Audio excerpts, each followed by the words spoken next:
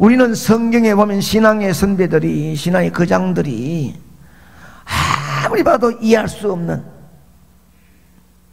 절대로 감사할 상황이 아닌데도 불구하고 가식이 아니라 진심으로 하나님께 감사하는 모습을 보면서 하나님이 함께 하는 사람이구나, 그걸 바라보면서 느낌을 가지면서 도전과 은혜를 받을 때가 있습니다. 어쩌면 저럴 수 있을까? 나도 정말 진심의 감사를 드려 하나님이 내 가까이 계시고 나도 좀 인정받는 많은 사람에게 자랑감이 되는 사람이 되고 싶다 하는 이런 욕심도 가져보기도 합니다. 2017년도 맥주감사 주일 이 아침에 잘 알고 있는 신앙과 믿음의 백절불굴의 용장인 다니엘을 소개하면서 감사의 도전을 받아보려고 합니다. 다니엘은 남쪽 유다 나라 제일 처음 바벨론이 침략받았을 때에 주전 605년경에 포로로 끌려왔습니다. 다니엘은 포로로 끌려와서 있는 그 주제도 잘 파악하지 못했는지 몰라도 포로예요, 포로. 자신이 누구이며 여기가 어디며 어떻게 여기 와 있는지도 감히 알지 못하고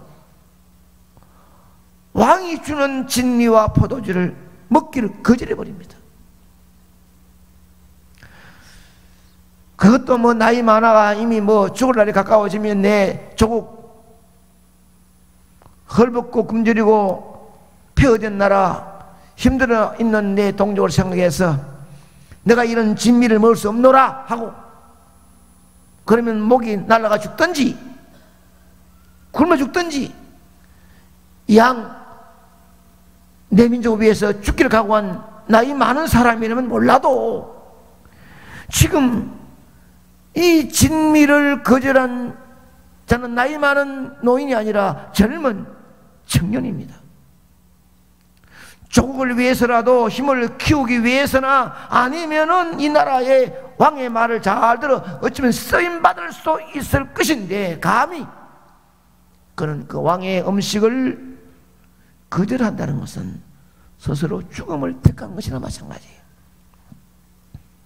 특히 청년의 때에는 감정에 휩쓸리고 분위기에 휩쓸릴 수 있는 시기이거든요.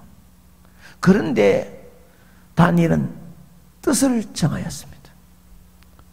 어떤 경우 어떤 상황에서도 하나님 말씀대로 살겠다는 뜻을 정했습니다.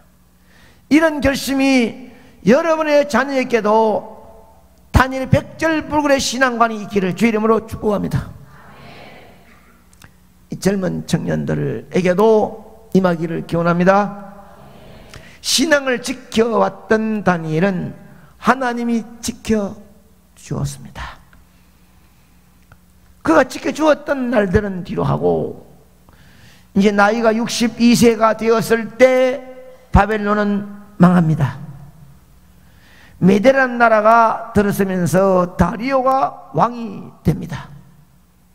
그 다리오 왕은 참신하고 정직한 사람을 찾아 총리로 세우려 할 때에 포로로 끌려왔으나 하나님의 뜻을 굽히지 않았던 다니엘을 총리로 지명하지요. 그런데 사람이 사는 곳이라면 과거나 현재도 어느 곳에나 시기와 질투가 있고 권력 다툼이 있는 법이에요. 어찌하든지 상대방을 넘어뜨려야 자신의 권력을 가질 수 있기 때문입니다. 그래서 총리 자리를 탐내던 사람들이 다니엘의 흠을 찾으려고 애를 썼으나 찾지 못했다고 성경을 말씀합니다. 그러니 이제는 흠이 없으니까 신앙으로 공격하는 거예요. 하나님을 잘 믿는 그것은 아름다운 일이고 하나님 중심으로 정직하고 충성하는 것은 얼마나 아름다운 삶입니까? 그런데 사람들은 그 신앙을 문제 삼습니다. 이게 세상 사람들의 공격 방법이고 마귀의 공격 방법입니다. 그러니 오늘날 우리가 믿음 생활을 잘 한다고 할 때 공격받으면 조금 더 이상하게 생각하지 마세요. 내가 뭐 잘못했는데 이런 말을 들어야 돼, 이런 공격받아야 돼, 원망하지 말고, 내가 잘 믿으니까 마귀가 이런 전술을 펴는구나 하고 넉넉히 이길 수 있기를 바랍니다. 그렇게도 믿음 생활을 잘해오다가 마귀의 전술로 의해서 이상하게 사람을 도구로 삼아 탁 찌르면 팍 튀어버리고 그동안 잘 왔던 한순간에 탁 빠뜨려버리는 그 잘못을 저지를 수가 많이 있어요. 그들이 공격하기 위해서 내세운 것이 무엇입니까? 다니엘의 신앙을 공격하기 위해서 본문 7절에 나오는 대로 앞으로 30일 동안에 왕 외에 어떤 신에게나 사람에게서 무엇을 구하면 사자 굴에 던져 넣자고 하는 법을 만들자고 했습니다.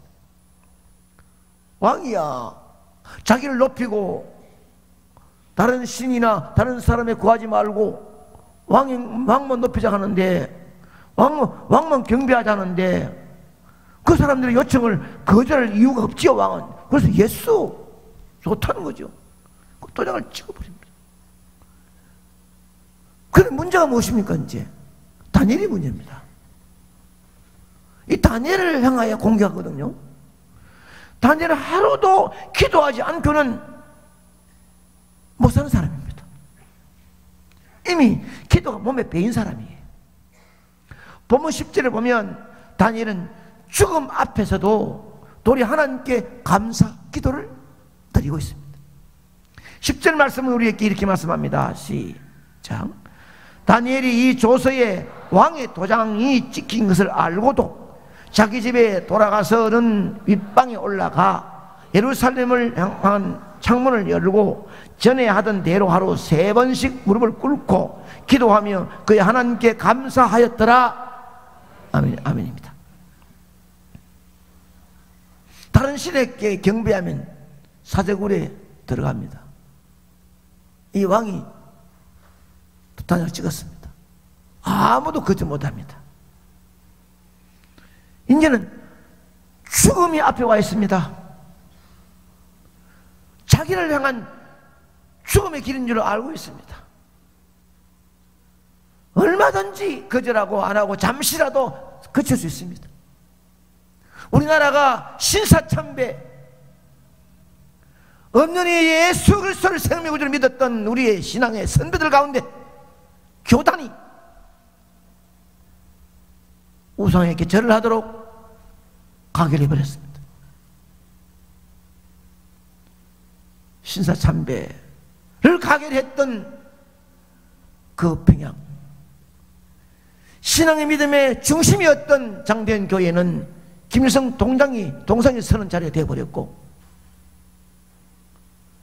거기에 가결했던 그 가결은 전국적으로 다 가결되어지는데 단 한 군데가 가결 안 했습니다.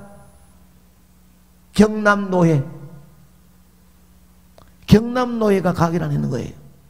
신사참배를 가결하지 않았습니다. 그렇기 때문에 6.25 때 경남만을 지켜주었다는 사실 아닙니까? 신앙과 믿음은 이런 어리가 있어야 되는 거예요. 정말로 다니엘이 이런 상황에서 감사 기도할 상황입니까? 다른 신에게 경배하면 사자 굴에 집어넣는다고 했는데 칼까기 찢겨 죽을 것입니다.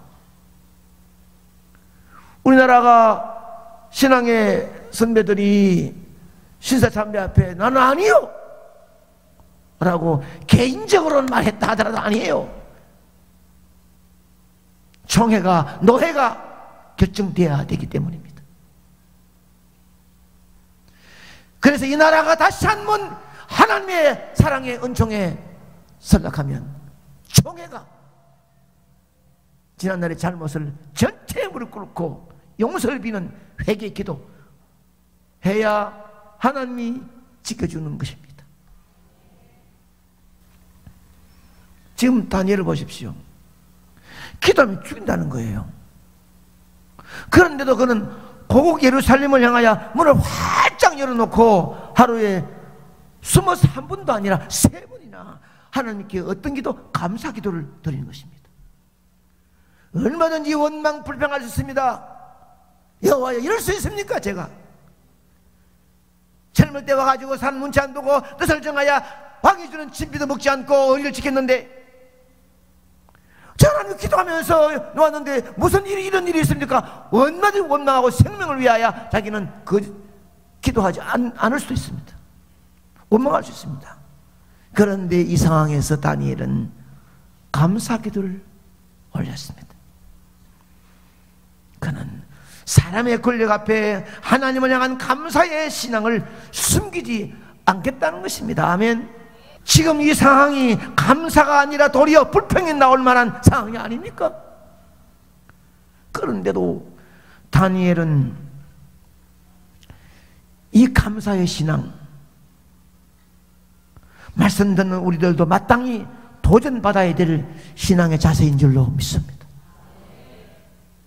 지금 우리가 사는 이 세상은 다니엘 시대에 비하면 항상 감사가 나와야 할 편안한 세상입니다. 그런데도 우리는 감사를 잘하지 못합니다. 그래서 오늘 맥주 감사 주일을 통해서 감사에 대한 말씀을 드리려고 하는 것입니다. 우리는 오늘 다니엘을 통해서 다시 한번 깨닫고 도전받기를 주의 이름으로 축복합니다. 감사는 눈에 보이는 조건이 아니라 하나님의 명령에 순종하는 것입니다. 아멘. 시작. 감사는 눈에 보이는 조건이 아니라 하나님의 말씀에 지금 다니엘은 감사할 수 있는 조건이나 상황이 전혀 아니에요. 그런 상황이 아니에요. 자기를 죽이려고 하는 자들의 손에 의해 실제로 다니엘은 죽음의 문턱까지 와 있습니다. 지금 이러한 상황에서 감사가 나올 수가 없지요. 그런데 다니엘은 감사하고 있는 거예요. 그래서 하나님은 눈에 보이는 조건을 손으로 달아보고 감사하는 자인가, 아니면 하나님의 명령인 줄 알고 무조건 감사부터 하는 자인가를 찾고 있다는 것입니다. 여러분은 전자입니까? 후자입니까?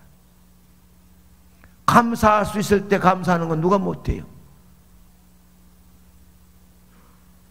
도저히 감사할 수 없는 상황에서도 진심으로 내가 숨쉬고 살고 있는 것이 감사해서 진심으로 감사할 수 있다면 하나님은 그에게 눈을 꼽을 줄로 믿습니다. 우리가 이해할 수 없는 말씀이 데살로니가전서 5장 18절에 나온 대로 범사에 감사하라는 거예요. 범사의 모든 일에 감사하는 것이 하나님의 뜻이라고 말씀하고 있습니다. 힘들고 어렵고 짜증나고 감정 상하는 일이 도처에 널려 있는데 어떻게 감사할 수 있겠습니까? 그러나 내 생각과 판단을 앞세우지 말고 무조건 감사하라고 하는 하나님의 명령에 순종부터 할 수 있기를 축복합니다. 남을 돕는 것은 물질이 많아서가 아니라 마음인 것처럼 감사도 마찬가지예요. 감사는 눈에 보이는 어떤 조건이 있어서가 아니라 무조건 해야 되는 거예요. 감사는 눈에 보이는 조건이나 상황이 아닙니다. 감사는 하나님 명령에 순종하는 믿음입니다. 아멘. 시작. 감사는 눈에 보이는 조건이나 상황이 아닙니다. 감사는 하나님 명령에 순종하는, 이런 결단과 실천이 진심으로 여러분의 마음으로부터 아멘이 되시기를 기원합니다. 감사는 단순한 기쁨의 표현이 아니라 깊은 신앙 속에서 나오는 믿음의 열매입니다. 다 같이 시작.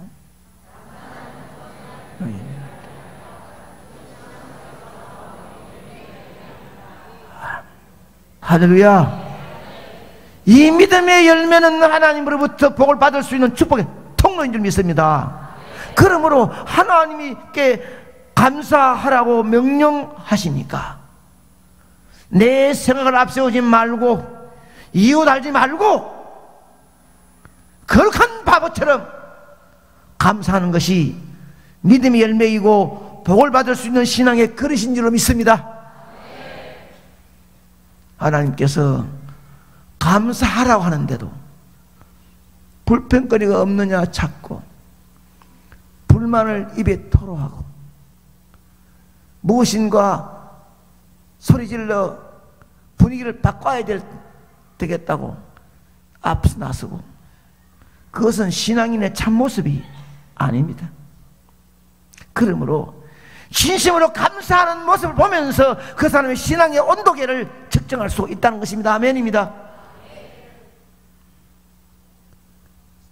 여러분 앞에 서 있는 사람이 어찌 내가 하나님 교회에 이런 직분 받았는지 감사해서 말 한마디 손 잡는 거 충성하는 것이 다른 사람에게 귀감이 되고 모델이 되고 뜨거운 가슴에 우러나오는 그 말, 그 눈빛이 은혜가 된다면 얼마나 바로 신앙의 온도가 얼마나 올려 보겠습니까?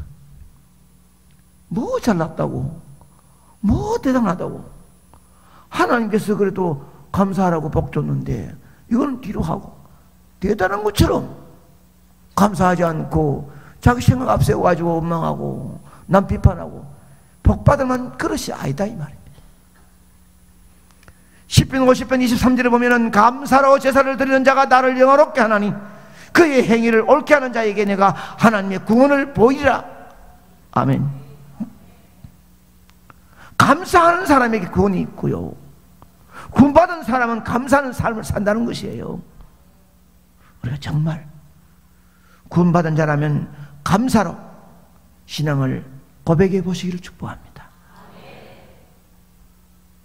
그래서 감사는 기도의 응답을 가져오고 감사는 삶의 기적을 체험하게 합니다. 시작.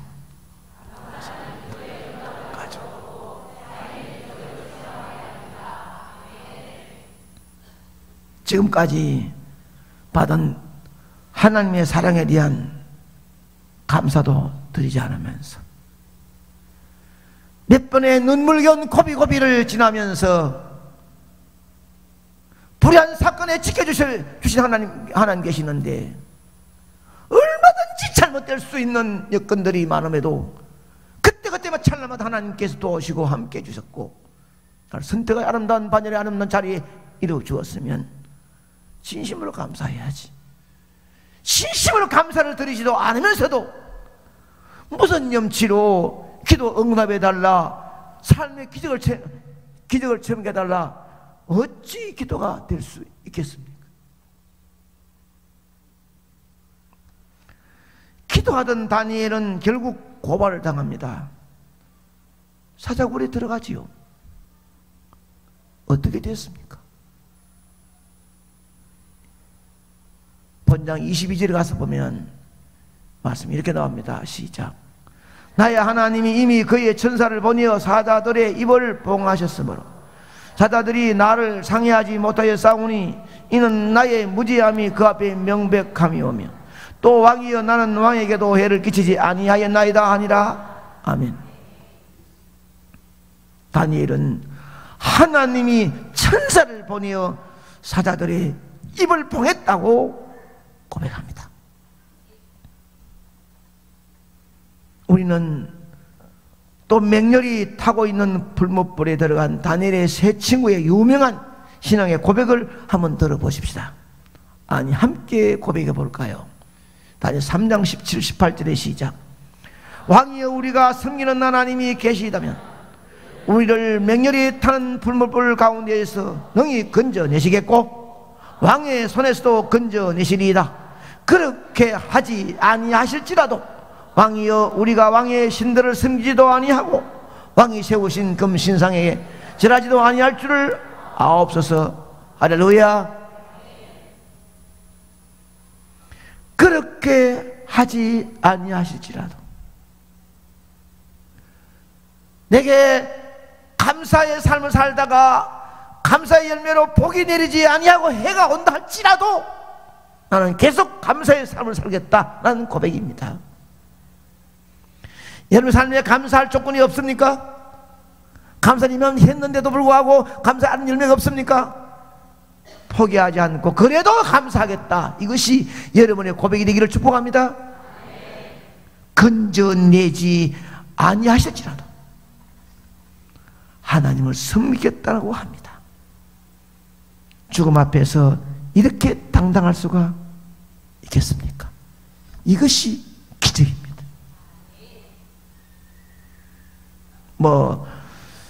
직장 생활이나 사업하다가 하나님의 명령과 성령의 임재하심이 주님이 나에게 말씀하시는데 이걸 거절하고 좀 더 물질적인 눈에 명예적인 일에 거기에 고개 돌린다면 주님 함께 하지 않아요.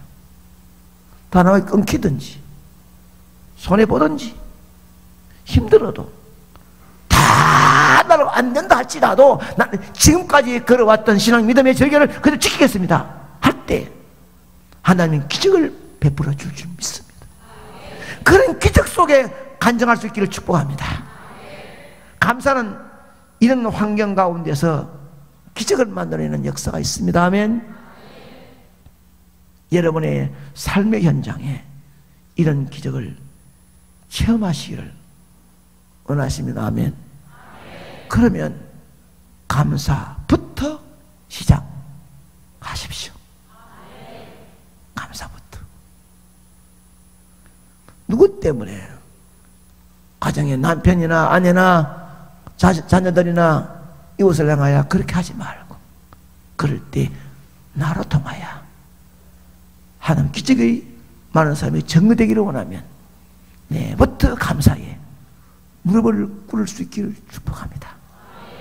우리가 감사하는 삶을 살아갈 때 하나님과 더욱 가까워지고 성령의 인도함을 받는 기쁨의 삶을 살 수 있는 줄로 믿습니다. 그러니 여러분의 환경과 조건이 어려워도 감사할 수 있기를 기원합니다. 진심으로 감사할 수 있기를 축복합니다. 이제부터 그렇게 한번 살아보기를 바랍니다. 여러분의 삶을 감사의 삶으로 바꾸어 가시기를 기원합니다. 2017년도 맥주 감사주일날 감사에 대한 말씀을 듣고 여러분의 삶의 현장이 바꿔지고 입술이 바뀌어지고 고백이 바뀌어짐을 말미암아 오는 10년 20년 이후에 여러분의 가정의 가문의 삶에 놀라운 기적을 체험하여 멋진 간증을 이 종이 들어볼 수 있기를 간절히 소원합니다.